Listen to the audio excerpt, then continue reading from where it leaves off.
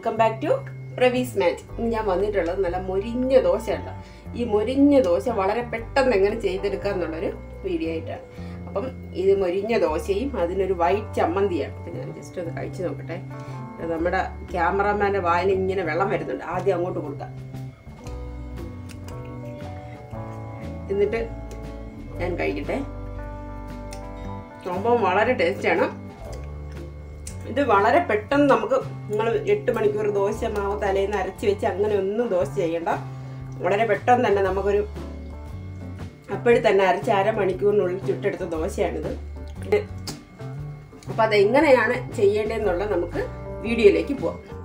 അരി അരച്ച് ഉടനെ നമുക്ക് ദോശ ചുടാൻ പറ്റുന്ന രീതിയിൽ എങ്ങനെയാണ് നമുക്ക് ചെയ്യുന്നതെന്ന് നോക്കാതെ.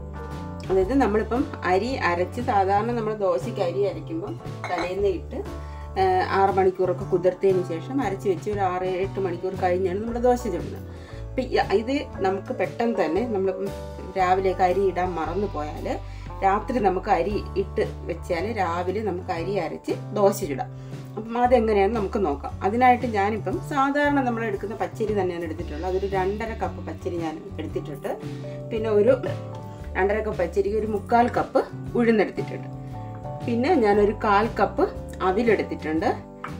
പിന്നെ വേണ്ടത് ഉലുവയാണ്, ഒരു ടീസ്പൂൺ ഉലുവയാണ്. അപ്പം ഉലുവ നിങ്ങളുടെ ഇഷ്ടത്തിനനുസരിച്ച് ചേർക്കാം. ഇവിടെ ഇപ്പം മോന് ഉലുവയുടെ ഫ്ലേവർ അധികം ഇഷ്ടമല്ലാത്തതുകൊണ്ടാണ് ഞാനൊരു 1/4 ടീസ്പൂണോളം എടുത്തിട്ടുള്ളത്. പിന്നെ ഞാനൊരു 2 ടീസ്പൂണിൽ കൂടുതൽ 1/4 കപ്പോളം വരും പയറെടുത്തിട്ടുണ്ട്. പയറും ഇതിൻ്റെ അളവ് നിങ്ങൾക്ക് കൂട്ടാം. ഇവിടെ ഞാനിപ്പോൾ കുറച്ച് മാത്രമേ എടുത്തിട്ടുള്ളൂ. പിന്നെ നമ്മളെ കടലപ്പരിപ്പാണ്, ഒരു 1.5 ടീസ്പൂണാണ്. 1.5 ടീസ്പൂൺ കടലപ്പരിപ്പും എടുത്തിട്ടുണ്ട്. ഒരു വലിയ ബൗളിലോട്ട് മാറ്റിയിട്ട് അരി നല്ല പോലെ നമുക്ക് കഴുകിയെടുക്കണം. ഞാൻ അരിയും ഈ ഉഴുന്നും ഫസ്റ്റ് നല്ലതുപോലെ ഒന്ന് കഴുകിക്കൊണ്ടുവരാം. ഞാൻ അരി നല്ലതുപോലെ കഴുകിയെടുത്തിട്ടുണ്ട്. അരിയുടെ വൈറ്റ് കളർ വരുന്നത് വരെ, അതായത് അഴുക്കെല്ലാം പോയതിന് ശേഷമേ നമ്മൾ അരി കഴുകിയെടുത്തതിന് ശേഷം നമുക്ക് ഇനി ഈ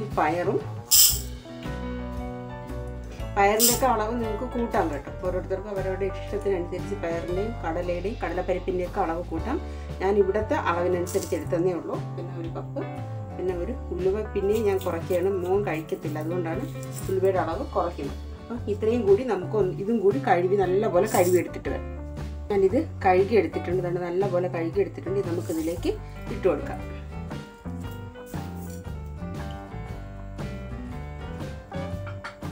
പിന്നെ ഞാൻ ഒരു 1/4 കപ്പ് അവിലാണ് എടുത്തിട്ടുള്ളത്. 1/4 കപ്പ് അവില്. ഇത് കഴുകിയൊന്നും വേണ്ട, ഇത് നല്ല വൃത്തിയായിട്ട് നമ്മൾ എടുത്തിട്ടുള്ള അവിലാണ്. അത് നമുക്ക് ഇതിലേക്ക് ഇട്ട് കൊടുക്കാം.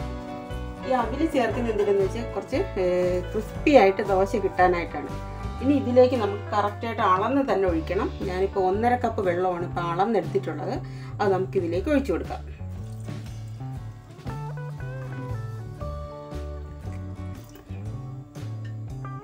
നല്ലപോലെ ഒന്ന് മിക്സ് ചെയ്ത് 1.5 കപ്പിൽ ഞാനൊരു ശകലം വെള്ളം ബാക്കി വെച്ചിട്ടുണ്ട്. വേണമെങ്കിൽ നമുക്ക് ഇപ്പം അതും കൂടി ഒഴിച്ച് വെക്കാം, അല്ലെങ്കിൽ നമുക്ക് അത് അരയ്ക്കുന്ന സമയത്ത് ചേർത്താലും മതി. ഇപ്പം ഞാനിപ്പോൾ ശകലം വെള്ളവും കൂടിയേ ഉള്ളൂ, അതും കൂടി ഇതിലേക്ക് ഒഴിച്ചേക്കെയാണ്. ഇനി ഇത് നമുക്ക് രാത്രി ഒരു 6 മണിക്കൂർ ഇങ്ങനെ തന്നെ ഇരിക്കും, ഇത് കുതിർന്ന് വരാനായിട്ട്. അരിയെല്ലാം കുതിർന്ന് വരുമ്പോൾ രാവിലെ നമ്മളതെടുത്ത് അരച്ചാൽ മതി. അപ്പം നമുക്ക് രാവിലെ അരച്ചിട്ട് എങ്ങനെ ദോശ ചെയ്യുന്നതെന്ന് നോക്കാം. അരച്ചെടുത്ത് ഏത് പരുവത്തിൽ വേണമെന്നൊക്കെ നമുക്ക് നോക്കാം. അപ്പം ഇത് നമുക്ക് അടച്ച് വെച്ചിട്ട് കിടന്നുറങ്ങാം. നമ്മൾ ഇന്നലെ ഇട്ട് വെച്ച അരിയാണ്. അരിയും ഉഴുന്ന്, പച്ചരി, അതുപോലെ തന്നെ അവില്, പിന്നെ പയർ ഒക്കെ ഉണ്ടായിരുന്നു. ഇതെല്ലാം നല്ലപോലെ കുതിർന്ന് വന്നിട്ടുണ്ട്. ഇനി നമ്മൾ ഈ അരി കഴുകാനൊന്നും നിൽക്കേണ്ട, ഇതിലുള്ള ഈ വെള്ളത്തിലാണ് നമ്മൾ അരച്ചെടുക്കുന്നത്. അപ്പം അതിൽ വെള്ളത്തിൻ്റെ അളവ് കുറവാണെങ്കിൽ നമുക്ക് ശകലം വെള്ളവും കൂടി ചേർത്ത് അരയ്ക്കാം. ഇതിൻ്റെ കൂടെ നമുക്കൊരു 1/4 കപ്പ് ചോറും കൂടി ചേർത്ത് കൊടുക്കും. അപ്പം ഞാൻ 1/4 കപ്പ് ചോറും കൂടി ചേർത്തിട്ട് ഇത് നല്ലപോലെ അരച്ചെടുക്കട്ടെ. അപ്പം നമുക്ക് 1/4 കപ്പ് ചോറും കൂടെ എടുത്തിട്ടുണ്ട്. അപ്പം നമുക്കിത് മിക്സിയുടെ ജാറിലേക്ക് കുറേശ്ശായിട്ട് ഇട്ട് കൊടുക്കാം. ഒരുമിച്ചിടാൻ പറ്റുമെങ്കിൽ ഒരുമിച്ചിടാം, അല്ലെങ്കിൽ 2ആയിട്ടിടാം, എങ്ങനെ വേണമെങ്കിലും ഇടാം. ഞാനിപ്പോൾ ഇത് 2ആയിട്ടാണ് ഇടുന്നത്, കാരണം ഇതിൽ കുറച്ചേ കൊള്ളത്തുള്ളൂ മിക്സിയിൽ.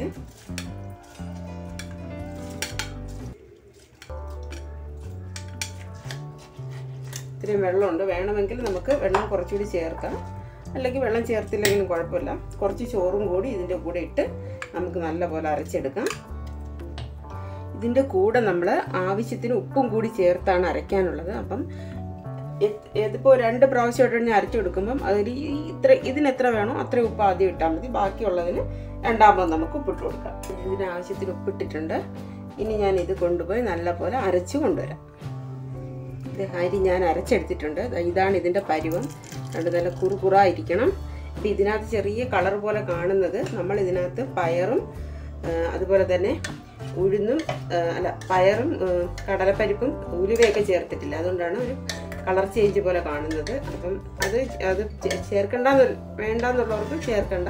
അപ്പം ഞാൻ അങ്ങനെ ചേർക്കുന്നത് വെച്ച് പ്രത്യേകിച്ച് കുറച്ചൊരു എക്സ്ട്രാ ടേസ്റ്റ് കിട്ടുമല്ലോ എന്ന് വെച്ചിട്ടാണ്. അപ്പോൾ അതുകൊണ്ട് ഇതാണ് ഇതിൻ്റെ പരുവം. ഞാൻ ആദ്യത്തേത് മാവ് അരച്ചെടുത്തിട്ടുണ്ട്. രണ്ടാമത്തെ മാവും കൂടി നമുക്ക് രണ്ടാമത്തെ ട്രിപ്പ് കൂടെ ഇതിൽ തന്നെ അരച്ചെടുത്തുകൊണ്ട് വരാം. ഫുൾ മാവും ഇവിടെ അരച്ചെടുത്തിട്ടുണ്ട്. അപ്പോൾ ഇനി നമുക്ക് നല്ല പോലെ ഒന്ന് മിക്സ് ചെയ്യാം. ഉപ്പ് നോക്കാം, ആവശ്യത്തിന് ഉപ്പുണ്ടോ എന്ന് നോക്കുക. അതിനുശേഷം നല്ലപോലെ മിക്സ് ചെയ്തിട്ട് നമുക്ക് അടച്ചു വയ്ക്കാം.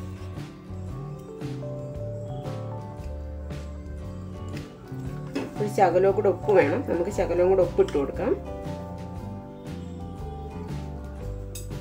പിന്നെ ഇതിനകത്ത് ഞാൻ ഒരു പിഞ്ച് ചേർക്കത്തുള്ളൂ. സോഡാപ്പൊടിയും കൂടി ചേർത്ത് കൊടുക്കും.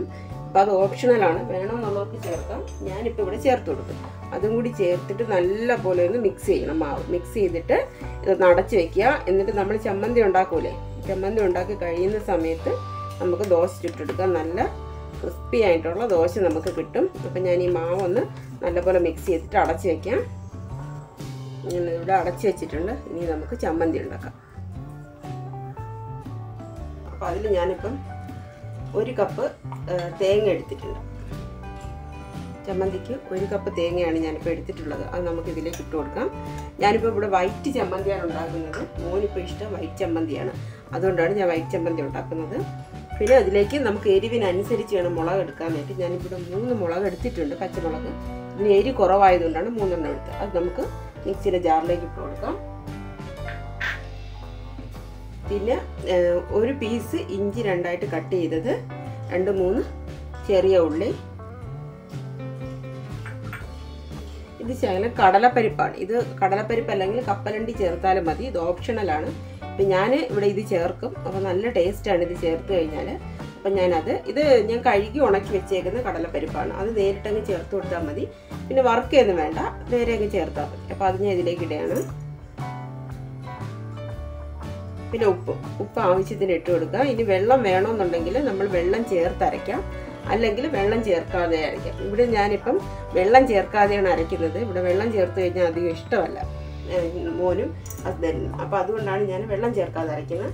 പിന്നെ നമ്മൾ കടുക് വറുക്കാനായിട്ട് കടുകും അതുപോലെ കറിവേപ്പിലയും ചുമന്ന മുളകും എടുത്ത് വെച്ചിട്ടുണ്ട്. അപ്പോൾ ഫസ്റ്റ് ഇതൊന്ന് അരച്ച് കൊണ്ടുവരാം. ചമ്മന്തി നല്ല പോലെ അരച്ചെടുത്തിട്ടുണ്ട്. അപ്പം ഇത് വെള്ളം ശകലം വെള്ളം ഞാൻ ചേർത്തിട്ടുണ്ട് അരയ്ക്കാനായിട്ട്. വെള്ളം വേണ്ടെന്നുണ്ടെങ്കിൽ വെള്ളം ചേർക്കാതെ അരയ്ക്കാം. ഇതിപ്പോൾ ഞാനൊരു അധികം ലൂസാക്കാതെ അധികം അങ്ങ് അരഞ്ഞു പോകാതെ അരച്ചെടുത്തിട്ടുണ്ട്. ഇതിലേക്ക് നമുക്ക് ശകലം കടുകും കൂടി താളിച്ചൊഴിച്ച് കൊടുക്കാം. അപ്പം നമ്മുടെ ചമ്മന്തി റെഡിയാവും. ഇത് താളിച്ചൊഴിക്കുകയാണ്. ഞാൻ ഇതിലോട്ടാണ് അങ്ങ് ഒഴിച്ചു കൊടുക്കുന്നത്. ഇനി വേണമെങ്കിൽ നമുക്കൊന്ന് മിക്സ് ചെയ്യാം.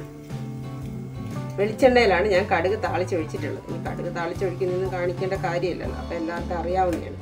അപ്പോൾ നമ്മുടെ അടിപൊളി ചമ്മന്തി റെഡി ആയിട്ടുണ്ട്. ഇനി നമുക്ക് ദോശയും കൂടി ചുട്ടെടുക്കാം. ഇവിടെ ദോശമാവ് പൊളിച്ച് നല്ല പോലെ പൊങ്ങിയൊക്കെ വന്നിട്ടുണ്ട്. അപ്പോൾ ഇനി നമുക്ക് ദോശ ചുട്ടെടുക്കാം. അപ്പോൾ ഇവിടെ നിങ്ങൾക്കൊരു പാട്ടൊക്കെ ബാക്ക്ഗ്രൗണ്ടിൽ കേൾക്കും. നമ്മുടെ അമ്പലത്തിൽ ഉത്സവമാണ്. അപ്പോൾ ഇപ്പോഴാണ് അതിൻ്റെ മൈക്കൊക്കെ ഇവിടെ നമ്മുടെ വീട്ടിൽ നേരെ സെറ്റ് ചെയ്തിട്ടുണ്ട്. അപ്പോൾ അതുകൊണ്ട് നമുക്ക് സൗണ്ടൊക്കെ കേൾക്കും. അപ്പം ഞാനിപ്പോൾ ദോശ കല്ലാണ് വെച്ചിട്ടുള്ളത് ദോശ ചുട്ടെടുക്കാനായിട്ട്. വേണമെങ്കിൽ എണ്ണ തേച്ച് കൊടുക്കാം, അല്ലെങ്കിൽ നമുക്ക് ചെയ്യാനുള്ളതെന്ന് വെച്ചാൽ നെയ്യ് തേച്ച് കൊടുക്കാം. നെയ്യ് ഇതിൻ്റെ മുകളിൽ ഒഴിച്ചു കൊടുത്താലും മതി. അപ്പോൾ ഫസ്റ്റ് ഞാനിപ്പോൾ കുറച്ച് വെളിച്ചെണ്ണയാണ് ഇതിൽ ചേർത്ത് കൊടുക്കുന്നത്. നല്ലെണ്ണ ചേർത്താലും മതി. ഞാനിപ്പോൾ കുറച്ച് വെളിച്ചെണ്ണ ഇവിടെ ചേർത്ത് കൊടുത്തിട്ടുണ്ടെന്നുള്ളൂ. മോന് നല്ലെണ്ണയുടെ മണമൊന്നും ഇഷ്ടമല്ല, അവൻ കഴിക്കത്തില്ല. അപ്പോൾ അതുകൊണ്ട് ഞാൻ കുറച്ച് വെളിച്ചെണ്ണ തേച്ച് കൊടുക്കുകയാണ് അവന് വേണ്ടിയിട്ട്. കല്ല് ചൂടായിട്ടുണ്ട്. അപ്പം നമുക്ക് ദോശ ചുട്ടെടുക്കാം.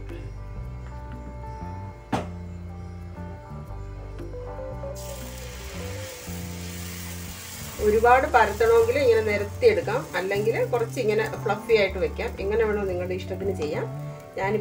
ഞാൻ ഇവിടെ ചെയ്യുന്ന രീതിയിൽ എങ്ങനെയാണോ അത് ചെയ്യാണ്. അകലം നെയ്യ് ഞാൻ ഇങ്ങനെ റൗണ്ടായിട്ട് ഇങ്ങനെ തേച്ച് കൊടുക്കുകയാണ്. ഇതൊരു നല്ല ടേസ്റ്റാണ് നെയ്യ് ഇട്ട് കൊടുക്കുമ്പോൾ. കുട്ടികൾക്കായതുകൊണ്ട് നെയ്യൊക്കെ നമുക്ക് കുറച്ച് ചേർത്ത് കൊടുക്കാം.